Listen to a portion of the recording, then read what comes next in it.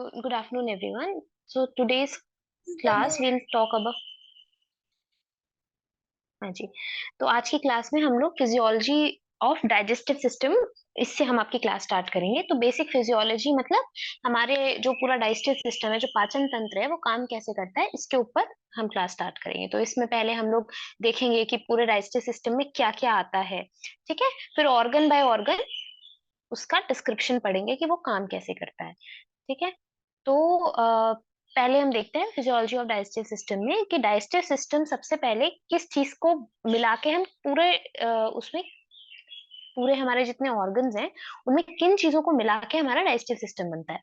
तो सबसे पहले आप लोगों ने सुना होगा कि गैस्ट्रो इंटेस्टाइनल ट्रैक्ट होता है। गैस्ट्रो इंटेस्टाइनल ट्रैक्ट नाम में ही लिखा है। गैस्ट्रो गैस्ट्रो मतलब पेट से रिलेटेड है। इंटेस्टाइनल मतलब इंटेस्टाइन से रिलेटेड है। तो गैस्ट्रो इंटेस्टाइनल ट्रैक्ट, जिसको हम शॉर्ट में जीआई ट्रैक्ट भी बोलते हैं, और एलिमेंट्री कैनाल, उसे हम एलिमेंट्री कैनाल भी बोलते हैं, ठीक है। उसके अलावा एसेसरी जितने ग्लैंड्स हैं उनको अगर हम साथ में जोड़ लें तो ये डाइजेस्टिव ट्रैक्ट बना देता है। एसेसरी ग्लैंड्स में क्या क्या आ गया? एसेसरी ग्लैंड्स में हमारे सलाइवरी ग्लैंड हो गए, है ना। ईसोफेगस के अंदर स्टमक में जो हमारे ग्लैंड्स होते हैं जो डाइजेस्टिव जूसेस सेक्रीट करते हैं, इन सबको अगर हम इंक्लूड कर लें तो ये हमारा डाइजेस्टिव सिस्टम बन जाता है। तो क्या क्या चीजें इंक्लूड हुई? एक तो हुआ गैस्ट्रो इंटेस्टाइनल ट्रैक्ट और एक हुआ हमारा एसेसरी ग्लैंड्स, एसेसरी ऑर्गन्स, ठीक है। तो एलिमेंट्री कैनाल क्या हुआ? मतलब एलिमेंट्री कैनाल मतलब जीआई ट्रैक्ट। तो जीआई ट्रैक्ट में क्या क्या आता है? तो जीआई ट्रैक्ट हमारा शुरू होता है माउथ से और खत्म कहाँ होता है? लार्ज इंटेस्टाइन पे। तो माउथ, माउथ के बाद नीचे डायग्राम देखते जाइए, डायग्राम में सब कुछ मेंशन है। तो माउथ, माउथ के बाद फेरिंग्स, फेरिंग्स के बाद ईसोफेगस, जो लंबी सी पाइप आपको गले से नीचे जाती हुई दिख रही है ना, वो ईसोफेगस। उसके बाद स्टमक, ठीक है। स्टमक के बाद स्मॉल इंटेस्टाइन, और स्मॉल इंटेस्टाइन के बाद बाहर की तरफ जो है वो लार्ज इंटेस्टाइन, ठीक है। तो ये हो गई एलिमेंट्री कैनाल। अब उसके अलावा हमने सेकंड चीज क्या देखी थी? Accessory digestive organs. तो एसेसरी डाइजेस्टिव ऑर्गन में क्या आया? एक तो आया टीथ, ठीक है, दांत। जब हम सबसे पहले खाना खाते हैं तो हम क्या करते हैं? उसको मुंह में डालने के बाद हम दांतों के थ्रू चबाते हैं। तो दांत भी डाइजेस्टिव सिस्टम का पार्ट है, ठीक है। उसके बाद क्या आया? टंग। तो टंग हमारी क्या मदद करती है? सबसे पहले तो टंग से जो आप खाना खाते हैं वो घुमा के उसको अच्छे से चारों तरफ से चबाने में मदद करती है। दूसरा, टंग के ऊपर हमारे टेस्ट बर्ड्स होते हैं। तो टेस्ट बर्ड जो होते हैं वो क्या करते हैं? टेस्ट बर्ड्स जब हम आप कोई भी खाना खाते हैं तो वो टेस्ट बर्ड पे टच करते हैं, और टेस्ट बर्ड्स उनका एक तो टेस्ट बताने में काम आते हैं, दूसरा दूसरे पेट में बहुत सारे डाइजेस्टिव जूसेस जो हैं वो टेस्ट बड से एक सिग्नल जाता है ब्रेन को कि अब खाना अंदर जा रहा है। तो जब खाना अंदर जाने का सिग्नल जाता है तो क्या होता है? पेट में जो पाचन करने वाले एंजाइम्स हैं, पाचन करने वाला जो जूस है जो पेट में निकलता है, एसिड है, वो बनना शुरू हो जाता है, ठीक है। तो हो गया दांत। उसके बाद आ गई जीभ, जीभ के बाद आता है गॉल ब्लैडर। गॉल ब्लैडर क्या होता है? गॉल ब्लैडर आप सब लोग देखिए, ये जो डायग्राम आपको दिख रहा है स्क्रीन के ऊपर, ये जूम करेंगे तो इसमें देखिए लिवर के नीचे एक ग्रीन कलर का आपको पोर्शन दिखेगा, ठीक है। इसको देखिए, इसको जूम आउट करिए, गॉल ब्लैडर इसको लिखा हुआ है। इसे हम गॉल ब्लैडर कहते हैं, ठीक है। आप लोगों ने, बहुत लोगों ने सुना होगा कि पित्त की थैली में पथरी हो गई है ना, तो पित्त की थैली जो होती है वो गॉल ब्लैडर कहलाती है। उसके बाद सलाइवरी ग्लैंड। सलाइवरी ग्लैंड्स कहाँ होते हैं? सलाइवरी ग्लैंड्स हमारे माउथ में होते हैं। ये सलाइवरी ग्लैंड्स है सारे हमारे, है ना। तो ये सब तीन टाइप के सलाइवरी ग्लैंड्स होते हैं। देखिए यहाँ तीन जगह मार्क किया हुआ है, एक ये, एक जीभ के थोड़ा सा नीचे और इधर, ठीक है। तो ये हो गए सलाइवरी ग्लैंड्स। उसके बाद आ जाते हैं लिवर और पैनक्रियाज। तो लिवर आप सबको पता है, पैनक्रियाज आप सबको पता है, ठीक है। तो लिवर देखिए, लिवर ये हो गया ब्राउन कलर का जो आपको दिखाई दे रहा है। और पैनक्रियाज क्या होता है? पैनक्रियाज होता है जो स्टमक के नीचे आपको दिख रहा है, ठीक है। अब इनका क्या काम होता है, ये क्या करते हैं, ये सब हम आगे की क्लास में भी देखेंगे। तो बस ये याद रखिए कि जो डाइजेस्टिव सिस्टम होता है जिसे हम दो चीजों से मिलाकर बनाते हैं, एक होता है गैस्ट्रोइंटेस्टाइनल ट्रैक्ट और एक होता है एसेसरी ऑर्गन्स, ठीक है। अब डाइजेशन क्या होता है? डाइजेशन हम सब लोग जानते हैं, डाइजेशन वर्ड हम लोगों ने बार बार सुना है। तो डाइजेशन का क्या मतलब होता है? डाइजेशन का मतलब होता है refers to all those processes involved in breaking down large complex insoluble molecules into simple soluble. तो इसका क्या मतलब है? कि जो पूरा प्रोसेस जो क्या करता है, जो बड़े कॉम्प्लेक्स खाने को, जैसे हमने क्या खाया? हमने रोटी खाई, सब्जी खाई, दाल खाई, है ना। तो ये बहुत कॉम्प्लेक्स खाना है, हमारी बॉडी ये रोटी दाल सब्जी एब्जॉर्ब नहीं कर पाती है। इसको तोड़ना पड़ेगा, किसमें तोड़ना पड़ेगा?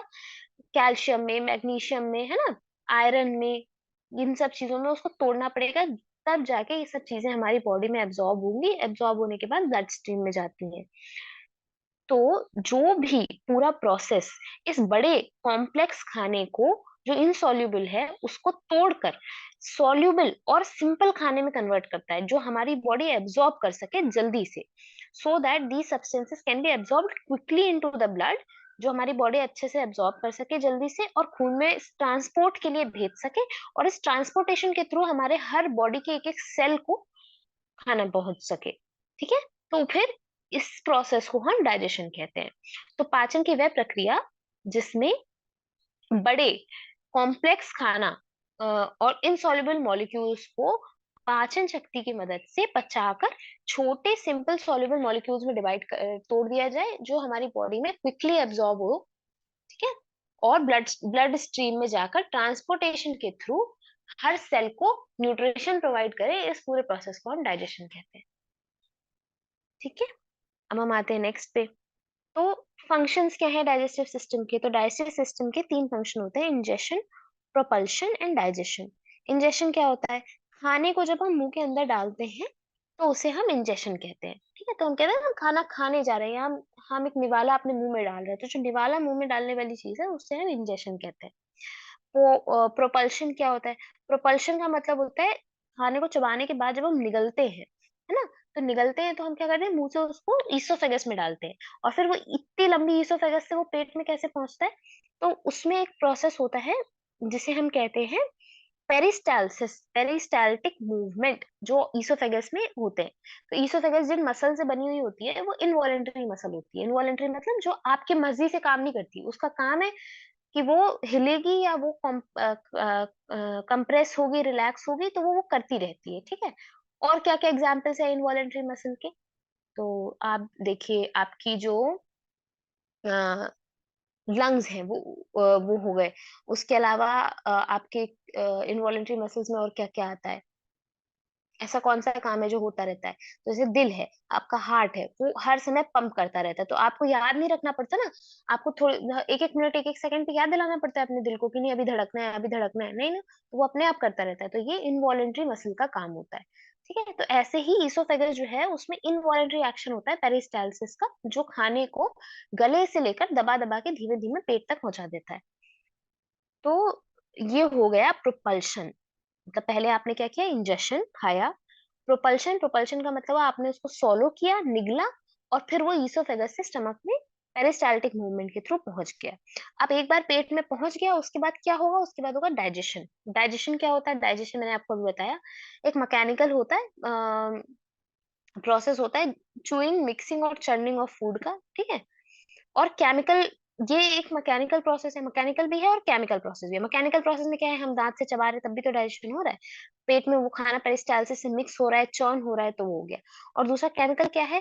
तो जो हमारे स्टमक में डाइजेस्टिव जूसेस निकलते हैं, है ना, एसिड जिसको हम बोलते हैं, जो एसिड निकलता है वो खाने को पचाने का काम करता है, तो वो क्या हो गया?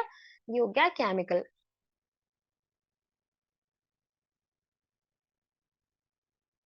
अब आ जाते हैं फोर्थ पे। तो पहले हो गया, पहला था इंजेशन, फिर था प्रोपल्शन, फिर था डाइजेशन, अब आ गया एब्जॉर्प्शन। तो एब्जॉर्प्शन में क्या होता है? तो एब्जॉर्प्शन का मतलब होता है किसी भी चीज को सोखना, है ना, एब्जॉर्ब कर लेना।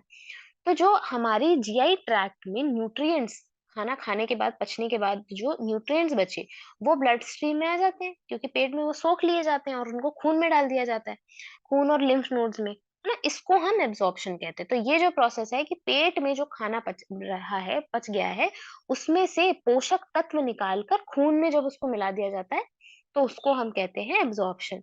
और उसके बाद अगला स्टेप आता है डेफिकेशन। तो डेफिकेशन का क्या मतलब होता है? तो जो न्यूट्रिएंट्स थे, जितना खाना आपके शरीर में जरूरत थी, जितना न्यूट्रिएंट, वो सब सोख लिया गया, और बचा कुचा जो कुछ भी है वो आपने डेफिकेशन के थ्रू बाहर निकाल दिया। ठीक है, तो डेफिकेशन का क्या मतलब होता है? Elimination of indigestible solid waste. ऐसा वेस्ट जो हमारी जो पेट है वो डाइजेस्ट नहीं कर सकता है, ऐसा इनडाइजेस्टेबल जो सॉलिड वेस्ट है उसको हमारी बॉडी एक्सपल कर देती है बाहर, बॉडी से बाहर फेंक देती है। ठीक है, तो पांच चीजें क्या हुई, फंक्शन क्या हुआ डाइजेस्टिव सिस्टम के? एक हुआ इंजेशन, दूसरा हुआ प्रोपल्शन, तीसरा हुआ डाइजेशन, चौथा हुआ एब्जॉर्प्शन, और पांचवा हुआ डेफिकेशन। ठीक है, अब हम आ जाते हैं अगले पे, तो histology of alimentary canal. Histology क्या है एलिमेंट्री कैनाल की? तो ईसोफेगस से एनल कैनाल तक जो वॉल है जीआई ट्रैक्ट की, वो 4 चीज़ों से मिलके बनी हुई होती है। अब आप ये समझ लीजिए कि आपने ईसोफेगस से स्टार्ट किया और आप ईसोफेगस मतलब आप माउथ को छोड़ के माउथ का जो नेक्स्ट पार्ट होता है वो ईसोफेगस, गले से जो स्टार्ट होता है। ईसोफेगस से लेकर और आपका जो ईसोफेगस हो गया, स्टमक हो गया, फिर इंटेस्टाइन हो गई, स्मॉल, लार्ज, लार्ज इंटेस्टाइन के बाद लास्ट में एनस आता है ना? जो एक्सक्रीशन में हेल्प करता है, तो वहां तक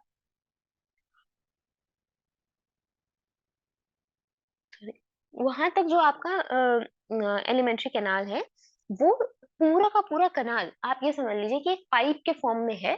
और वो जो पाइप है वो 4 चीजों से मिलके बना है। तो जैसे बिजली के तार होते हैं ना, तो जब आप उनको खोलना शुरू करते हैं तो उसमें ऊपर काली लेयर होती है, उसके बाद उसमें कुछ तार होते हैं, है ना, जिनका जाल बना हुआ होता है। फिर आप उसको काटोगे तो उसके अंदर फिर से एक हरी या पीले रंग की लेयर होती है। फिर उसके अंदर एक पतला सा कॉपर का वायर होता है ना? तो इसी तरह से ऐसे ही 4 लेयर से मिलके हमारा जो है एलिमेंट्री कैनाल बना होता है।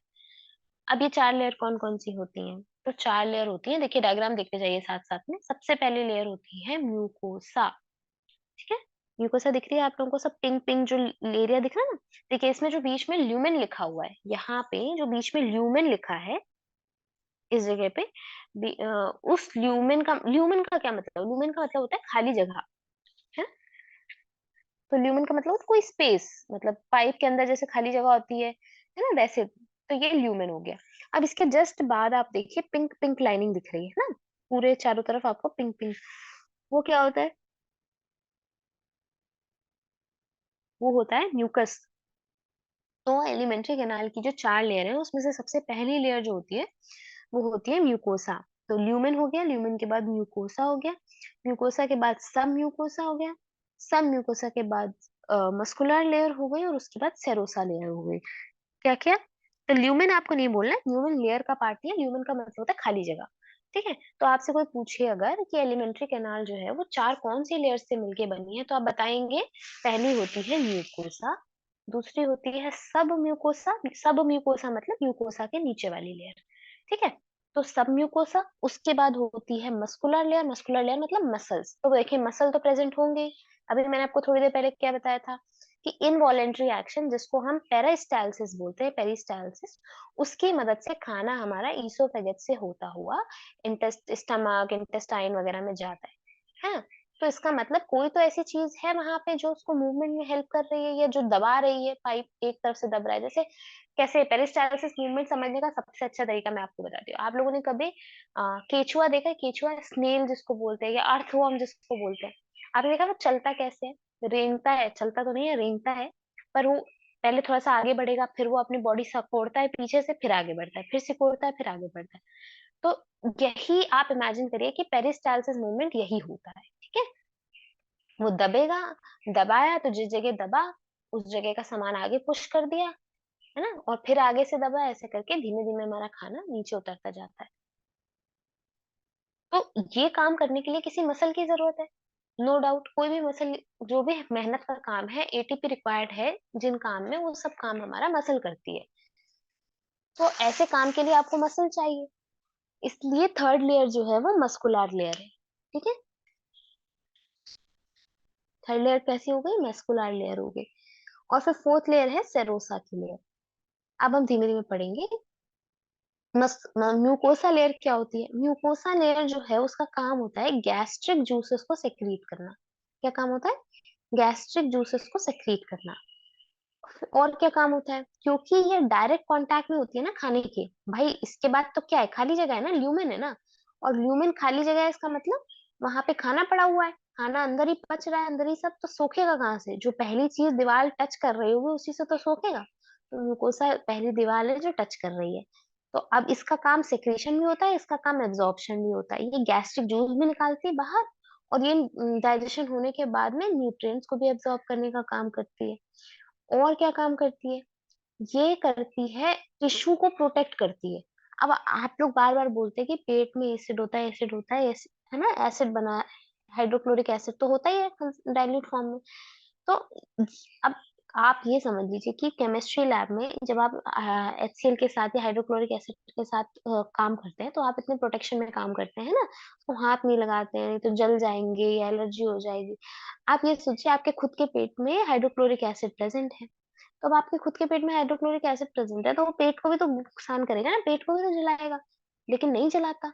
क्यों नहीं जलाता? क्योंकि ये म्यूकोसा की लेयर वहाँ पे होती है। तो जो म्यूकोसा की लेयर का काम क्या है?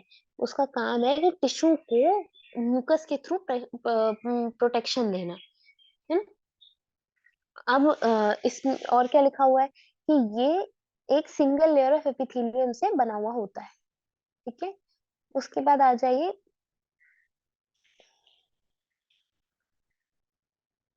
उसके बाद सेकंड पे आ जाइए सब म्यूकोसा। सब म्यूकोसा का क्या काम होता है? सब म्यूकोसा का काम काम होता है जो ब्लड वेसल्स है, जो ब्लड कैपिलरीज है ना, तो ये ब्लड वह वो सब चीजें सब म्यूकोसा लेयर में होती है। तो holds blood, lymphatics and nervous tissues that serve to nourish, protect and communicate. ठीक है, ये काम होता है सब म्यूकोसा का। अब मस्कुलर लेयर का क्या काम होता है? इसमें सर्कुलर और एलोंगेटेड मसल्स होती है, तो गोल मसल होती है, एक लंबाई में मसल्स होती है। ये क्या करती है? कॉन्ट्रैक्ट करती है और रिलैक्स करती है। मैंने आपको बताया दबती हैं और ढीली होती हैं। कॉन्ट्रैक्ट रिलैक्स होने के बाद में ये क्या करती है? एक वेव लाइक मूवमेंट बनाती है जिसको हम पेरिस्टालसिस बोलते हैं। ये मैं आपको अभी समझा चुकी हूँ। उसके बाद आ जाइए फोर्थ लेयर सेरोसा के ऊपर। अब सेरोसा क्या करती है? ये काम कर ये इसमें क्या चीज प्रेजेंट होती है? इसमें प्रेजेंट होती है circular and longitudinal muscle, that is गोल और लंबाई में मसल, जो सॉरी ये तो म्यूकोसा लेयर हो चुका। सेरोसा लेयर में क्या होता है? ये आउटर मोस्ट लेयर होती है जो कनेक्टिव टिश्यू की बनी हुई होती है, और इस कनेक्टिव टिश्यू की लेयर के ऊपर क्या चढ़ा हुआ होता है? Squamous epithelium. तो ये हो गई सेरोसा लेयर। अब मैं आपको 1 मिनट का टाइम दे रही हूँ, आप आराम से पहले ये देख लीजिए, चारों नाम पढ़ लीजिए और क्या होती है मसल में, क्या क्या चीजें होती है चारों लेयर में, वो आप एक बार देख लीजिए। ठीक है, 1 मिनट का मैं टाइम दे रही हूँ, फटाफट फटाफट देख लीजिए, उसके बाद हम आगे बढ़ेंगे। ठीक है, तो अभी हमने देख लिया, मैंने आपको काफ़ी टाइम दिया रिवाइज़ करने के लिए, उसके बाद हम आगे बढ़ते हैं, ठीक है? अब आगे क्या नेक्स्ट पेज पे आएँगे। आई होप आप लोगों ने अच्छे से रिवाइज़ कर लिया होगा, ठीक है? अब आते हैं नेक्स्ट पेज पे। नेक्स्ट पेज क्या है? Intestinal gastrointestinal tract. इसमें हम आते हैं एक-एक चीज़ जो अभी हमने लिखी है उसका हम डिटेल डिस्क्रिप्शन पढ़ेंगे। तो पहले आ जाते हैं सलाइवरी ग्लैंड के ऊपर। सलाइवरी ग्लैंड के ऊपर क्या है? तो सलाइवरी ग्लैंड 3 के पेयर में होते हैं। मैंने आपको दिखाया था सलाइवरी ग्लैंड, जब आप फर्स्ट पेज का डायग्राम खोलोगे तो सलाइवरी ग्लैंड जहाँ लेबलिंग है वहाँ 3 एरो करके लेबल किया हुआ है। ठीक है? तो सलाइवरी ग्लैंड जो है वो 3 पेयर में होते हैं और ये अपना सेक्रीशन जो है वो माउथ में निकालते हैं। तो ठीक है, सारे सलाइवरी ग्लैंड्स आपके मुँह के पास होते हैं और इनकी ओपनिंग कहाँ होती है? मुँह के अंदर होती है। तो ये सलाइवा बनाते हैं और उसको मुँह के अंदर निकालते हैं। ठीक है? उसके अलावा 3 कौन-कौन से होते हैं नाम देखने हैं। Excuse me. एक हो गया पैरोटिड ग्लैंड, एक हो गया सबमैंडिबुलर ग्लैंड, एक हो गया स्मॉल सबलिंगुअल ग्लैंड। तो पैरोटिड ग्लैंड कौन-सा होता है? लाल ग्लैंड जो एंटीरियर कान के पास, एक बहुत बड़ा ग्लैंड जो कान के पास प्रेज़ेंट होता है, उसको हम पैरोटिड ग्लैंड कहते हैं, ठीक है? दूसरा क्या है? Submandibular gland. सबमैंडिबुलर ग्लैंड क्या होता है? जो मैंडिबल्स के पास होता है, और एक होता है स्मॉल सबलिंगुअल ग्लैंड। तो आप लोग 3 नाम याद रखिए कि जब भी कोई पूछे कि सलाइवरी ग्लैंड कौन-कौन से होते हैं, तो एक पैरोटिड, एक सबलिंगुअल और एक स्मॉल सॉरी सबमैंडिबुलर, ठीक है? और फंक्शन क्या होता है सलाइवरी ग्लैंड का? सलाइवरी ग्लैंड का फंक्शन होता है is to secrete saliva into the floor of the mouth. Function होता है to secrete saliva into the floor of the mouth. अब आ जाते हैं function of salivary gland to secrete saliva into the floor of the mouth. और ये कितना निकलता है पर डे के हिसाब से? तो ये होता है 1 फ्रॉम 1 लीटर्स टू 1.5 लीटर्स, ठीक है? तो एक दिन में पर डे के हिसाब से एक इंसान के कितना सलाइवा प्रोडक्शन होता है? 1 टू 1.5 लीटर्स, ठीक है? अब इसमें से जो 1 टू 1.5 लीटर्स होता है, इसमें से कितना-कितना कौन-कौन सा ग्लैंड निकालता है, तो अप्रॉक्सिमेटली 25% जो है वो पैरोटिड ग्लैंड के थ्रू होता है, 5% सबलिंगुअल होता है और 70% जो है वो सबमैंडिबुलर ग्लैंड्स के थ्रू होता है, ठीक है? The salivary glands are controllable by two divisions of automatic nervous system and sympathetic nervous system in the तो इसमें लिखा हुआ है कि जो सलाइवरी ग्लैंड है, अब इन्हें कौन इनका जो सिग्नल्स हैं, जो ऑर्डर्स हैं, कौन बताता है कि सलाइवा प्रोड्यूस करना है? तो इनको 2 डिविजन्स जो है auto ANS autonomous nervous system के 2 डिविजन्स जो हैं वो हेल्प करते हैं। कौन-कौन से? Sympathetic and parasympathetic nervous. तो ये आपको कब समझ में आएगा? जब आप नर्वस सिस्टम आपको जो पढ़ाएँगे हम फिजियोलॉजी में, तो उस टाइम आपको समझ में आएगा कि पैरासिम्पैथेटिक और सिम्पैथेटिक क्या-क्या होते हैं। तब तक अभी आप बस वर्ड्स जो है वो सुन के रखिए और पता है तो बहुत अच्छी बात है, ठीक है? अब कंपोज़िशन क्या होता है सलाइवा का? तो जब सलाइवा हम कह रहे हैं कि 1 टू 1.5 लीटर सलाइवा प्रोडक्शन होता है, तो ये सलाइवा बना किस चीज़ से होता है? तो इसमें 99.4% वाटर होता है, ठीक है? इसीलिए जब भी आप लोगों ने नोटिस किया होगा कि कोई पेशेंट आ रहा है, वो बोलता है कि मुझे बहुत प्यास लगती है या मैं पानी बहुत कम पीता हूँ, तो आप उसको पूछेंगे तो उसका मुँह भी सूखेगा, है ना? जब आपको बहुत तेज़ प्यास लग रही होगी, आपने दिन भर में पानी कम पिया होगा, तो उस टाइम आपका मुँह सूख रहा होगा। क्यों सूख रहा होगा?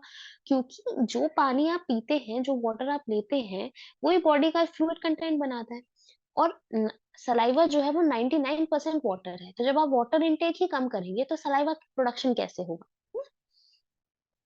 इसीलिए इसी वज़ह से मुँह सूखता है या ड्राई माउथ के सिम्पटम्स आते हैं। फिर इलेक्ट्रोलाइट्स 99.4% वाटर होता है, उसके अलावा अ सोडियम होता है, क्लोरीन होता है ना? HCO3 होता है। ये क्या करता है? ऑस्मोटिक प्रेशर बैलेंस करता है। फिर इसका पीएच कितना होता है? तो इसका पीएच जो है वो 7 होता है, एकदम न्यूट्रल पीएच होता है। कभी आपने देखा है सलाइवा एसिडिक है या अल्कलाइन नेचर का? ऐसा कुछ नहीं है। सलाइवा का पीएच जो है वो 7 होता है। फिर उसके बाद और क्या प्रेज़ेंट होता है इसमें? इसमें ग्लाइकोप्रोटीन्स प्रेज़ेंट होते हैं, है ना? एंटीबॉडीज़ प्रेज़ेंट होती हैं। तभी भी जब हम देखते हैं सलाइवा में भी एंटीबॉडीज़ होती हैं। इसका मतलब सलाइवा जो है वो बेसिक प्रिवेंशन का, प्रिकॉशन का काम जो है अगेंस्ट किसके अगेंस्ट? वायरस, बैक्टीरिया वगैरह के अगेंस्ट तो मुँह में ही कर देता है। तो जो आप खाना कुछ खाते हैं तो थोड़ा बहुत अगर वो उसमें कुछ बैक्टीरिया या इस तरह का कुछ प्रेज़ेंट है, तो वो मुँह में ही खत्म हो जाते हैं क्योंकि एंटीबॉडीज़ प्रेज़ेंट होती हैं। एजीए कौन सी एंटीबॉडीज़ होती हैं? एजीए एंटीबॉडीज़ प्रेज़ेंट होती हैं और लाइसोसोम प्रेज़ेंट होते हैं, लाइसोजाइम सॉरी। उसके अलावा एंजाइम्स प्रेज़ेंट होते हैं, कौन से एंजाइम्स? एमाइलेज एंजाइम प्रेज़ेंट होता है। ये क्या करता है? कार्बोहाइड्रेट के डाइजेशन में मदद करता है। तो कार्बोहाइड्रेट का डाइजेशन मतलब क्या हुआ? तो जब भी आप कोई खाना खाते हैं जिसमें कार्बोहाइड्रेट्स प्रेज़ेंट हैं, जैसे आप गेहूँ की रोटी खाते हैं, तो गेहूँ में कार्बोहाइड्रेट होता है या आलू में कार्बोहाइड्रेट होता है। तो ऐसा कोई भी खाना जिसमें कार्बोहाइड्रेट प्रेज़ेंट होता है, ऐसा खाना कहाँ डाइजेस्ट होना स्टार्ट हो जाता है? मुँह में ही डाइजेस्ट होना स्टार्ट हो जाता है। क्यों? क्योंकि सलाइवा जो सेक्रीट हो रहा है, उसके अंदर एमाइलेज एंजाइम प्रेज़ेंट है जो कार्बोहाइड्रेट को जिसने पचाना स्टार्ट कर दिया है। इसको जानने का सबसे अच्छा तरीका मैं आपको बताती हूँ। कभी भी आप जब रोटी खाने बैठें तो फर्स्ट पॉट रोटी का छोटा-सा लें और उसको चबाते रहें, ठीक है? चबाते रहें, चबाते रहें, चबाते रहें, चबाते रहें, निगले नहीं, काफ़ी बार चबाएँ। तो आप देखेंगे ये आपको ना मिठास आने लगेगी मुँह के अंदर। मिठास क्यों आने लगेगी? अगर थोड़ा-सा भी आप लोगों ने ध्यान दिया हो तो केमिस्ट्री में बताता है कि जब कार्बोहाइड्रेट का पाचन होता है, कार्बोहाइड्रेट जब पचते हैं, तो वो शुगर बनाते हैं, है ना? उसका अल्टीमेट प्रोडक्ट क्या होता है? शुगर होता है। तो जब भी आप कार्बोहाइड्रेट कुछ खाते हैं, तो वो मुँह में ही पचने शुरू हो जाते हैं। इसका प्रॉपर एग्ज़ाम्पल है कि जब आप उसको बहुत देर तक चबाएँगे या मुँह में कौर चलाएँगे तो आपको उसको मिठास फ़ील होती है। इसका मतलब उसका ब्रेकडाउन होना शुरू हो चुका है। उसका पाचन शुरू हो गया है मुँह के अंदर ही, ठीक है? और और क्या होता है सलाइवा में? सलाइवा में और होता है एक वेस्ट प्रोडक्ट जिसको हम बोलते हैं यूरिया, ठीक है? तो कंपोज़िशन ऑफ सलाइवा में क्या हुआ? एक हो गया वाटर 99.4%, एक हो गया इलेक्ट्रोलाइट्स, सोडियम, क्लोरीन वगैरह। इसका पीएच कितना होता है? 7। इसमें ग्लाइकोप्रोटीन्स प्रेज़ेंट होते हैं, एंटीबॉडी प्रेज़ेंट होती है, लाइसोज़ाइम्स प्रेज़ेंट होते हैं और क्या प्रेज़ेंट होता है? एंजाइम प्रेज़ेंट होता है, एमाइलेज और एक वेस्ट प्रोडक्ट होता है जिसको हम कहते हैं यूरिया, ठीक है? अब आ जाते हैं फंक्शंस ऑफ सलाइवा के ऊपर। फंक्शंस ऑफ सलाइवा क्या होते हैं? तो अगर हम सलाइवा के फंक्शन की बात करें, तो इसमें बैक्टीरिसाइडल एजेंट प्रेजेंट होते हैं। मैंने आपको बताया ना, इसमें एंटीबॉडी होती है। एंटीबॉडी क्या होती है? आईजीए। एंटीबॉडी का काम क्या होता है? जिसका काम होता है बैक्टीरिया को खत्म करना। ठीक है। तो इसमें बैक्टीरिसाइडल एजेंट्स होते हैं जो क्लेंस कर देते हैं माउथ को, है ना? जब भी आपने कुछ खाया, मान लीजिए उसमें कोई बैक्टीरिया आया, तो मुंह की सफाई तो इनसे ही हो जाती है। फिर फैसिलिटेट swallowing। सबसे पहले ये लुब्रिकेंट का काम करते हैं। जब भी आप कोई भी ड्राई खाना खाते हैं, जैसे आपने पिज्जा खाया या आपने ऐसा कोई खाना खाया जो सूखा है,